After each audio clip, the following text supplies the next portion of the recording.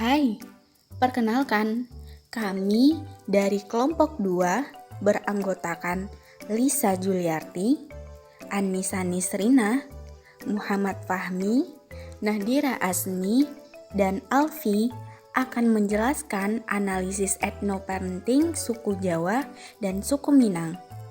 Video ini diperuntukkan untuk memenuhi tugas mata kuliah pengasuhan anak yang diampu oleh dosen Ibu Alfia Sari, SPMSI, dan didampingi asisten praktikum Kak Valerina Dwi Mulia, SSI, MSI. Tahukah kalian apa itu etnoparenting? Etnoparenting merupakan suatu konsep dan praktik dalam pengasuhan anak berdasarkan budaya lokal, tradisi, nilai-nilai, filosofi, dan kebiasaan di daerah asli pribumi dan atau berdasarkan etnis tertentu. Keberagaman di dunia pun di Indonesia menjadikan etnoparenting hal yang sangat mungkin terjadi. Melihat berbagai perbedaan terkait suku dan faktor sosial budaya. Indonesia sendiri tercatat memiliki 1.340 suku bangsa. Suku-suku di Indonesia tersebut antara lain Jawa, Batak, Asmat, Baduy, Minang, Minahasa, Sunda, Madura, dan Betawi. Mari kita bahas budaya pengasuhan suku Jawa dan Minangkabau. Tahukah kamu teman? Suku Jawa merupakan suku dengan populasi terbesar di Indonesia. Ciri khas yang melekat ialah sopan santun, tata krama, dan sikap lemah lembut. Adat istiadat pun masih melekat dan masih dipegang kuat oleh masyarakat suku Jawa. Prinsip yang mereka pegang ialah hidup hormat dan hidup rukun. Adapun suku Minangkabau merupakan kelompok etnis Nusantara yang berbahasa dan menjunjung adat Minangkabau. Prinsip adat Minangkabau tertuang singkat dalam pernyataan adat Basandi Syara, Syara Basandi Kitabullah, yang artinya adat bersandikan hukum, hukum bersandikan Al-Quran. Kebiasaan, adat istiadat, nilai, dan norma yang dipegang oleh berbagai suku Jawa dan suku Minang tersebut dinilai dapat memengaruhi orang tua yang berasal dari suku-suku tersebut dalam melakukan pengasuhan terhadap anak-anak mereka. Selanjutnya, kita akan membahas deskripsi keluarga. Deskripsi keluarga Jawa. Keluarga ini terdiri dari ayah, ibu, dan 9 orang anak. 1 di antaranya sudah menikah, dan 1 lainnya sudah meninggal dunia. Ayah merupakan pemuka agama di kampungnya. Ia juga bekerja sebagai penjual es balok. Sedangkan ibu merupakan ibu rumah tangga. 5 orang anaknya belum bekerja dan sisanya sudah memiliki pekerjaan. Deskripsi keluarga Minangkabau. Keluarga ini terdiri dari ayah, ibu, dan 4 orang anak. Ayah berasal dari suku Maliliang dan ibu dari suku Caniago. Keempat orang anaknya mengikuti suku ibunya karena menganut sistem matrilineal. Ayah bekerja sebagai freelancer dan ibu sebagai pedagang. 1 di antara 4 orang anak sudah bekerja. 1 lagi baru saja diwisuda dan masih menganggur. 2 lainnya masih menempuh pendidikan secara jarak jauh karena pandemi COVID-19.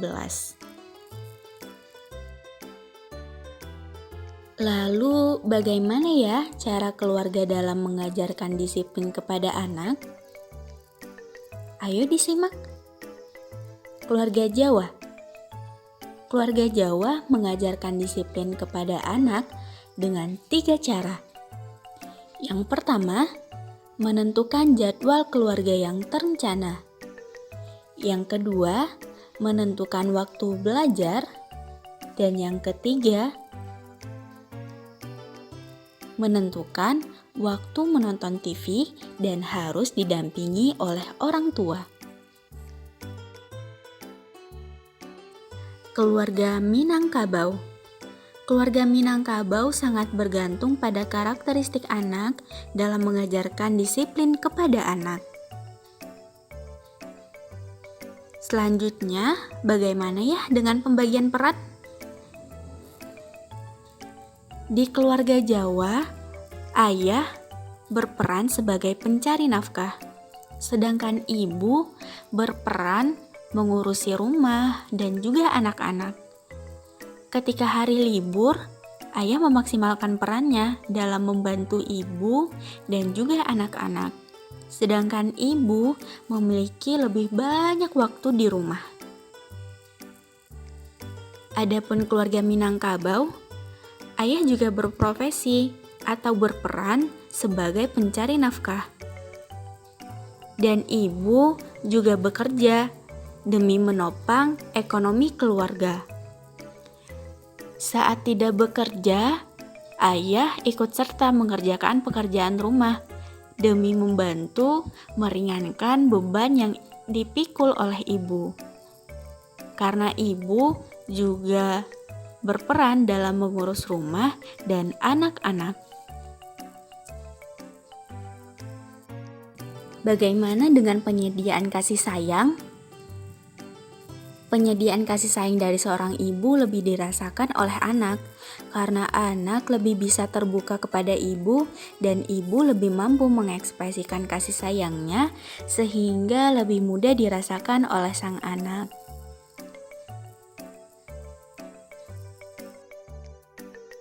Bagaimana dengan pola komunikasi dalam keluarga? Untuk keluarga Jawa, pola komunikasi keluarga ialah primer. Komunikasi berupa verbal dan juga nonverbal. Komunikasi terjadi dua arah sehingga saling memberi respon satu sama lain. Komunikasi juga terjadi lebih intens, terutama setelah menunaikan sholat maghrib. Semua individu juga diberikan keleluasaan dalam menyampaikan pendapatnya. Keluarga Minangkabau, pola komunikasi keluarga ialah primer. Komunikasi dilakukan secara langsung, bukan melalui perantara. Orang tua berusaha menjadi pendengar yang baik bagi anak-anaknya dan tidak segan dalam memberi wajangan kepada anak jika dirasa perlu. Dalam pengambilan sebuah keputusan yang menyangkut kepentingan bersama, suara dari masing-masing anak ikut dipertimbangkan agar mencapai mufakat. Strata dalam keluarga. Di dalam keluarga Jawa, ternyata ayah cenderung lebih berkuasa. Hal ini dikarenakan posisi ayah sebagai kepala rumah tangga.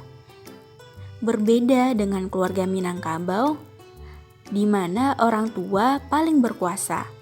Namun kuasa ibu lebih dominan karena lebih paham akan kondisi ekonomi keluarga dan juga lebih tahu keadaan setiap individu di dalam keluarganya dibanding ayah. Lalu apakah ada persamaan dari dua keluarga tadi? Ada loh. Yang pertama, kepatuhan dalam mendisiplinkan anak. Kepatuhan dari kedua suku sama-sama bersifat relatif, melihat situasi dan kondisi yang ada. Kedua, pemberian sanksi kepada anak. Sanksi menjadi alternatif akhir agar menimbulkan efek jerah. Namun langkah awal yang ditempuh ialah mengkonfirmasi kepada anak alasan mereka melanggar aturan atau melakukan perbuatan yang tidak seharusnya dilakukan. Ketiga, peran ayah ketika tidak bekerja, yaitu membantu ibu dalam mengurusi rumah tangga maupun anak. Keempat, peran yang lebih dominan dalam rumah tangga, ternyata keduanya setuju bahwasanya ibu lebih dominan dibandingkan ayah. Selanjutnya, pola komunikasi.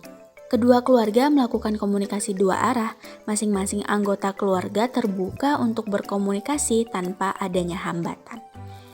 Dan persamaan terakhir ialah pendidikan. Di dalam pendidikan tidak ada pembedaan. Hak menerima pendidikan baik bagi anak laki-laki maupun anak perempuan. Jadi, anak laki-laki dan anak perempuan sama-sama berhak mendapatkan pendidikan yang layak. Selain adanya persamaan, ternyata kedua keluarga ini dari suku Jawa dan suku Minang memiliki beberapa poin perbedaan. Yang pertama, cara mendisiplinkan anak. Yang kedua, perencanaan dalam pembagian tugas. Dan yang ketiga, pembagian kekuasaan. Jika ada persamaan maupun perbedaan, maka ada faktor yang memicu. Kira-kira apa ya penyebabnya? Untuk persamaan, bisa dikarenakan orang tua dari kedua keluarga tersebut memiliki visi yang sama. Visinya apa? Yaitu membentuk keluarga bahagia. Selain persamaan, terdapat beberapa perbedaan, terutama pada strata keluarga. Hal ini bisa dipicu oleh sistem yang dianut masing-masing keluarga. Pada suku Jawa dengan sistem patrilinealnya menjadikan sosok ayah lebih berkuasa. Sebaliknya, keluarga suku Minang menjadikan ibu sebagai sosok yang lebih berwenang karena lebih memahami kondisi keluarganya sesuai dengan sistem yang mereka anut, yaitu sistem matrilineal. Lantas, apa ya yang bisa kita simpulkan?